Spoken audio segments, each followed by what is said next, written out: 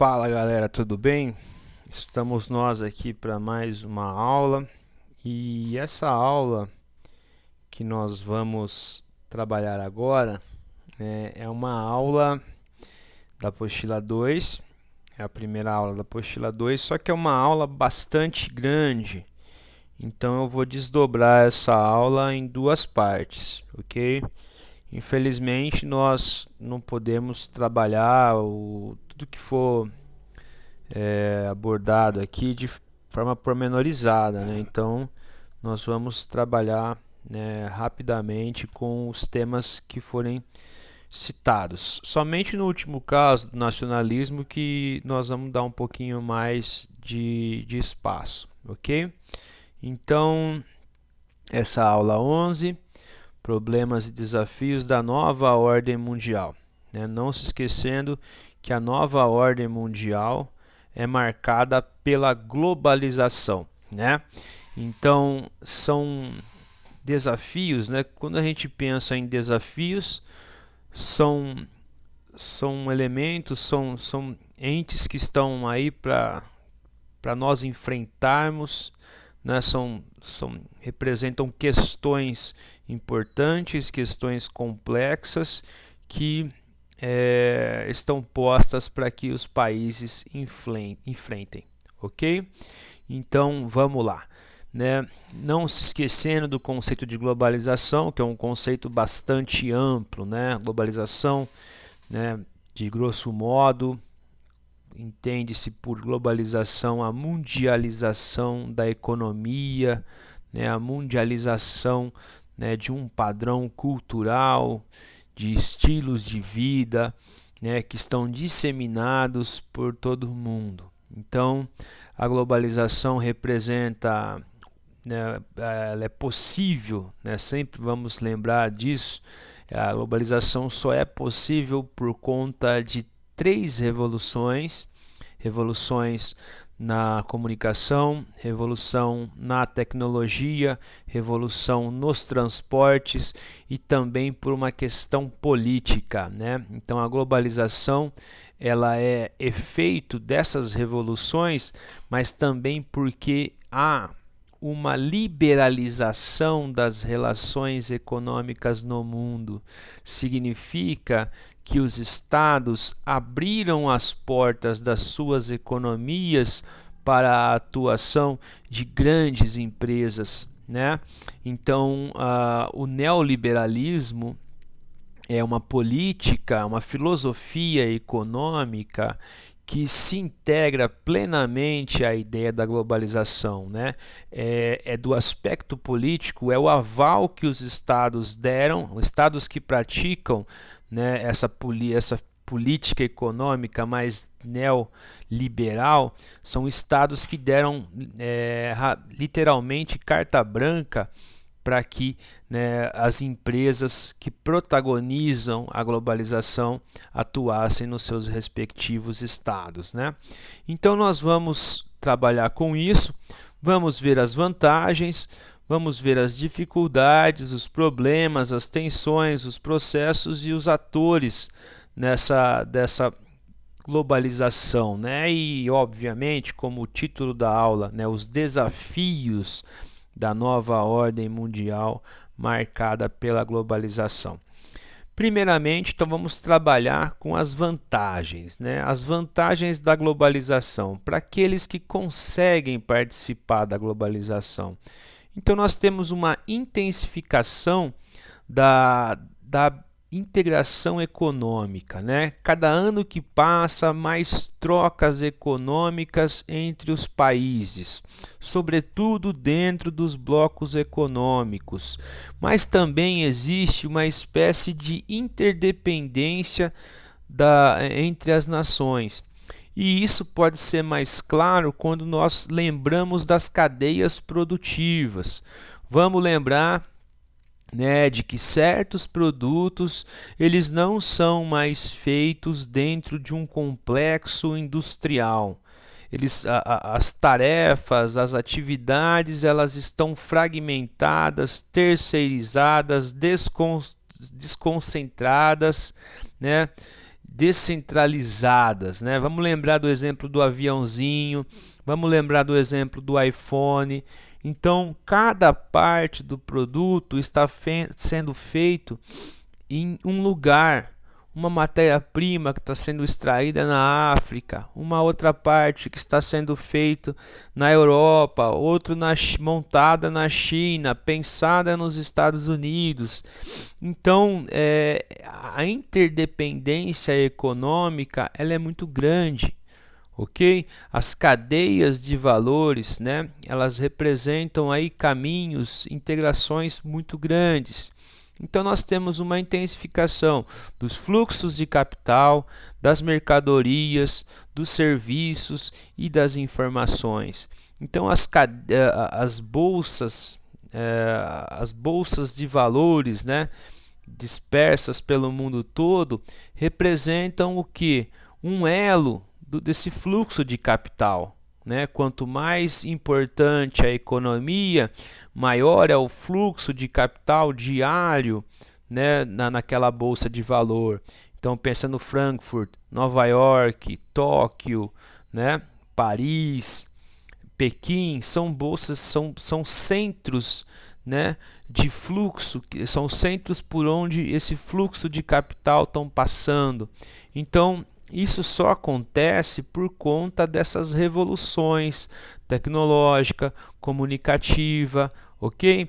Então, quanto mais a nação está integrada dentro dessa cadeia, maior o reflexo maior é a economia dela, maior é a importância daquela economia dentro de um circuito internacional, né? Então, nós temos visto, né, revoluções constantes, né, que essas revoluções tecnológicas estão proporcionando. Então, pensando nas famosas categorias espaço e tempo, nós estamos vendo o que? Né, o tempo se sobrepor ao espaço. Antes, o espaço era tudo, né? A importância de uma indústria para uma nação, vamos nos lembrar da GM, né? Grandes complexos industriais dentro de algumas cidades geravam emprego, gerava renda, gerava tributo, gerava riqueza. Então esse processo se fragmenta, unidades industriais estão dispersas, né?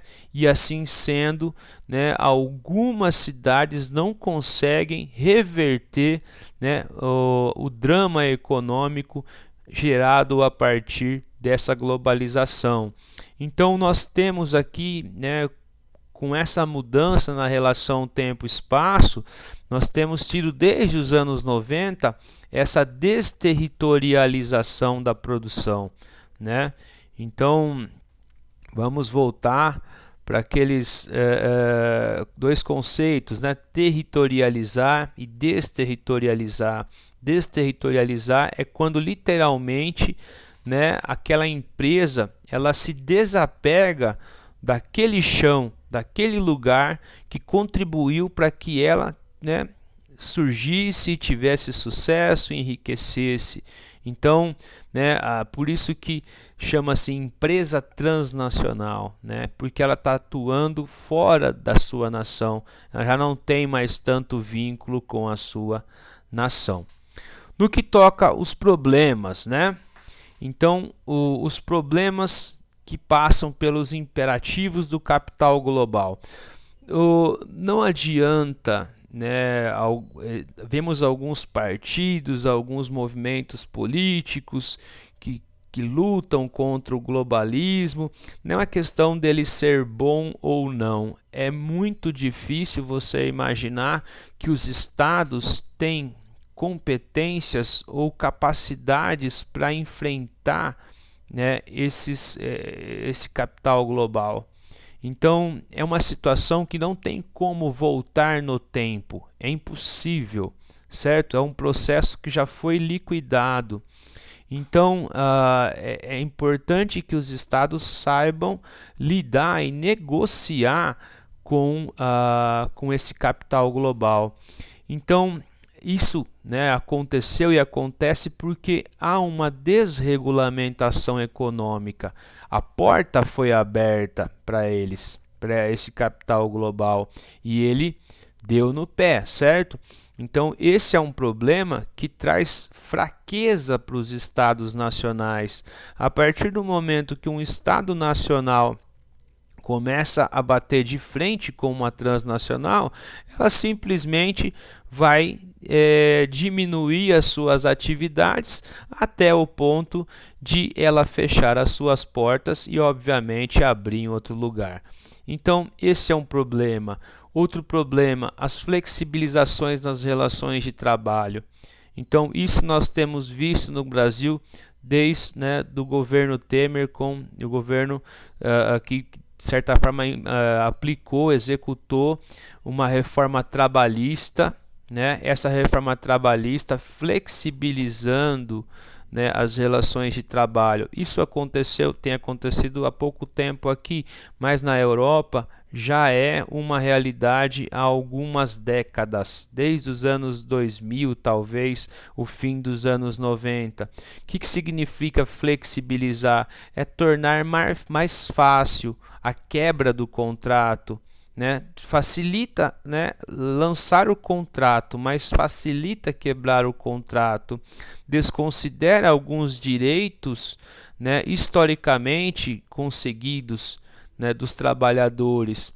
Então, diminui, né, encargos, aquela coisa toda. Lógico que é importante você ter mais facilidades de contratação, mas é triste ver alguns direitos dos trabalhadores sendo perdidos nesse processo, ok?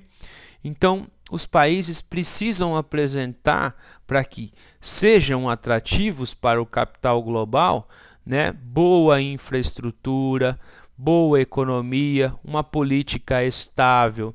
E é justamente aquilo que nós não temos visto no nosso país, né? Num momento tão difícil como esse de pandemia, nós temos uma instabilidade política gigantesca, uma instabilidade criada pelo próprio governo, né, do presidente para com os seus ministros.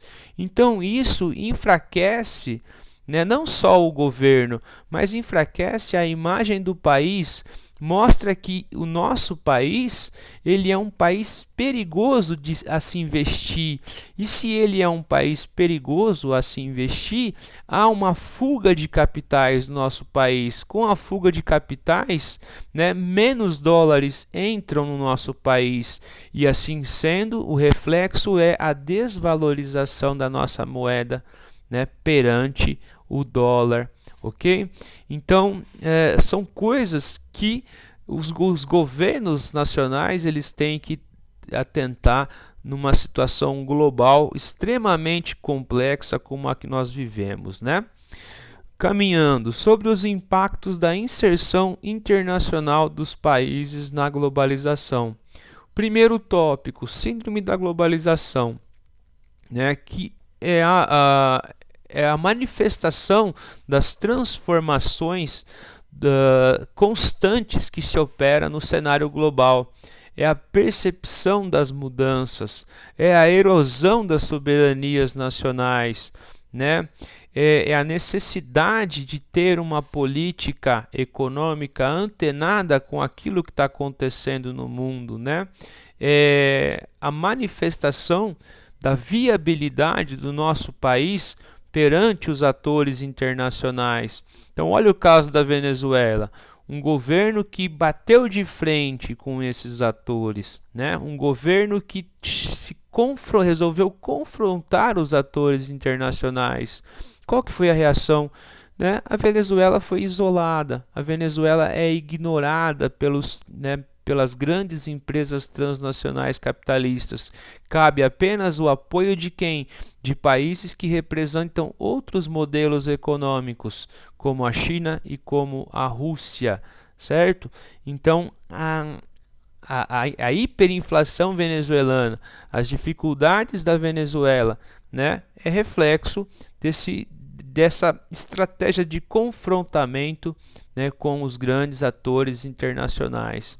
Então, temos a todo momento grandes oscilações, né? E não nos esquecendo que uma das coisas tristes dos efeitos negativos desse capital global é a especulação. Então, muita gente ganha dinheiro especulando com investimentos e não produzindo, certo? Então, esse é um ponto, né, negativo desse capital global. Assim sendo, nós temos os excluídos da globalização, aqueles que não são atrativos para o capital global, para as empresas, e temos uma necessidade de afrontar certos desafios. Então, ao mesmo tempo que nós temos que nos tornar atrativos, nós temos que enfrentar certos desafios, né, importantes que estão postos para nós. E assim sendo, o primeiro dele, né, um dos mais importantes, é a superação da pobreza, da miséria, da fome e das doenças, né? Então, alguns países que são importantes atores econômicos internacionais, né, têm que lidar com isso, como o nosso país, como nos mantemos, né, atrativos para o capital global e ao mesmo tempo temos de nos esforçar para superar esses problemas, né? Avançar em matéria infraestrutural. Nós falamos na aula passada sobre a questão do saneamento básico, né? Como nós conseguimos oferecer para o maior número de pessoas possíveis mais saneamento básico. Ok? Pela iniciativa privada, pela ação do Estado, de políticas públicas. Então, é uma coisa a ser pensada. Como, né, reverter essa urbanização caótica? Né? Como é possível reverter isso? É uma situação extremamente difícil, né? Depois de constituído todo essas moradias, essa ocupação, como reverter isso de uma forma mais democrática, sem expulsar pessoas, sem abusar de autoritarismo, né? Porque uma coisa é você usar de uma política como a do governo Pereira Passos, lá do bota abaixo, expulsar pessoas, né? Outra coisa é você, né, dentro de uma democracia, criar uma política pública de reacomodação dessas pessoas num outro espaço, né? Sempre lembrando que as comunidades representam formas de vida muito mais próximas, relações sociais muito mais efetivas, né, entre as pessoas. Como que nós vamos aferir, né, a pobreza e a miséria? Então, usando de instrumentos como a linha de pobreza, usando de IDH, né, a partir de uma ferramenta que nós falamos muito, que é o IDH, baseada em 3 critérios, que é a saúde, educação e renda. O IPM, que é o índice de pobreza multidimensional, é você lançar a pobreza a partir de várias variáveis. E a dívida social, que seria a situação atual e o que se espera. Então, a relação entre o que se espera e o que seria digno, né, são instrumentos utilizados. O que mais, galera? 2 conceitos importantíssimos, né? O desemprego estrutural. Então, a cada dia que passa, mais os setores da economia estão mais automatizados, com mais tecnologia, necessitando menos pessoas, né? Isso agravando as questões sociais dentro do país. Então, junte-se isso com alguns países com desemprego crônico, ou seja, um desemprego que não consegue, né, reverter, não gerar uma situação de crescimento, geração de emprego, né, atacando a questão do desemprego por uma economia estagnada. A precarização, a flexibilização dos trabalhos, dos direitos, aquilo que nós comentamos há pouco, né? Então, alguns países como a Itália tem lidado com isso de uma forma bastante tensa, né, como lidar com desemprego crônico, desemprego estrutural, flexibilizando cada vez mais os direitos do trabalhador e às vezes nem flexibilizando os direitos do trabalhador, né, o trabalho tem sido gerado. Então, desagradando, né, e muito, né, as pessoas dentro dos países. Outro desafio importante, né? A questão global. Nós temos problemas ambientais globais.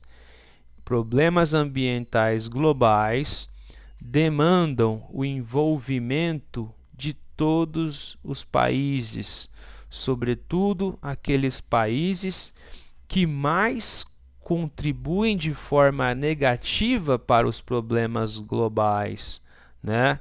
Então, citamos aqui, sobretudo, o aquecimento global, a poluição, né, global da água, do ar, né?